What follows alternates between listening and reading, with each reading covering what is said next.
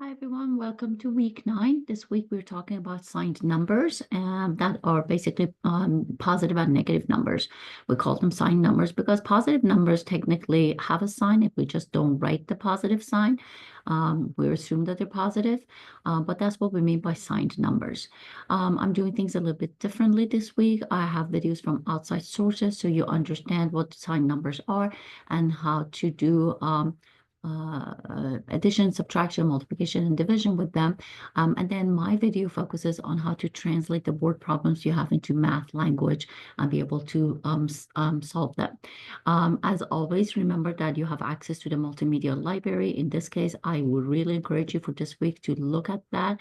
Multimedia library has a lot of good resources that go directly with what you have to do for homework and quizzes. So it's a lot better for you to look at those. And you choose a chapter number. And in fact, I'm going to use one of them right now to show you. And here's your textbook. And you have other ways to get to it, but this is one way. But look at videos. And then in this case, the animation is actually very helpful. And I'm going to use it to show you how to do that. But before I do that, look at all those videos that you have, okay, section by section, how to add them, how to compare them, how to subtract them. So I would encourage you, in addition to my videos, to always look at the multimedia library in the book. So I'm going to use one of these and to show you how we can use the animation tool to actually help you understand the problem, okay? So it says that Shirley had $57 in her checking account. If you have money, that's a positive number. So we're going to try 57 over here, okay? She wrote a check, a $66.9 check for tuition. So that's money that's leaving her account. So that will be a subtraction, okay? And then I'll move the 669, okay? And then she deposited a check for 928. Depositing brings money to her account, so that will be a positive plus 928, okay? And then she went and withdrew money, $80 from the ATM, okay? Withdrawing means money is leaving, so that's subtraction, minus 80, okay? So now we want to find out how much she has. So all of that will be added and subtracted, okay? So you can go in order or anything like that. So to see how to do that, you need to watch the other videos, but basically for adding and subtracting numbers, but that's how you set it up, okay? Anything that's leaving, anything that you owe, like mortgage payments, okay? When you owe somebody money, those are all represented by negative numbers, okay? Now, well, actually, I'm going to explain this a little later. So you can do this directly with a calculator or, if there are small numbers, you can do it in your head. You should have, let me see, if you have, well, not on this one because this is not a simulation, but when I show you the one of the examples in the homework, you should have access to the online calculator. And then you will go ahead and add and subtract and find the final answer, which is not the point of this simulation, okay? So let's see if there is another one. Let me close this one just to understand. Okay, there we go. Loss and profit are especially good examples of positive and negative numbers in real life, okay? A loss will represent a negative number. So if a company is representing a $49,000 loss, that's represented not by 49,000, but by negative 49,000. Oops. Dragged it too much. Hold on 1 second. Sorry, excuse me. There we go. Okay. And then that was followed by another loss of 63,000. So that 63,000 loss should be represented by negative 63,000, but that was added to what they already had as a loss. Okay.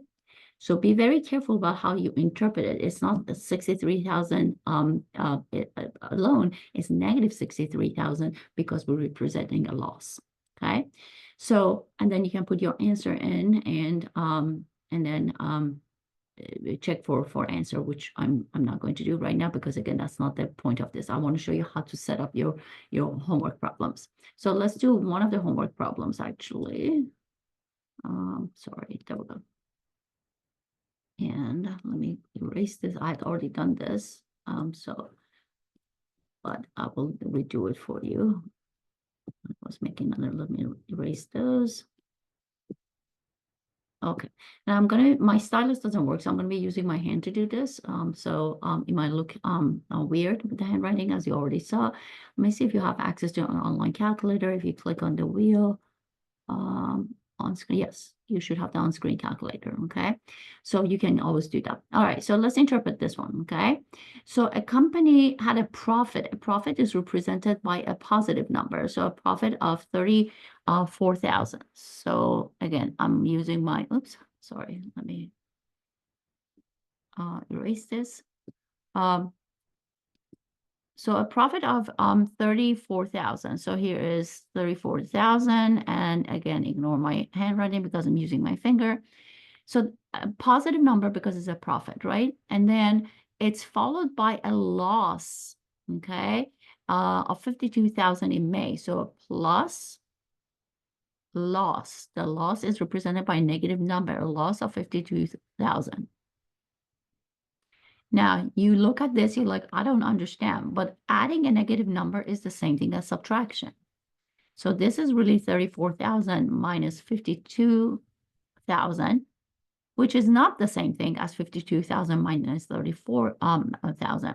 In this case, the larger of the two numbers is a negative number, okay?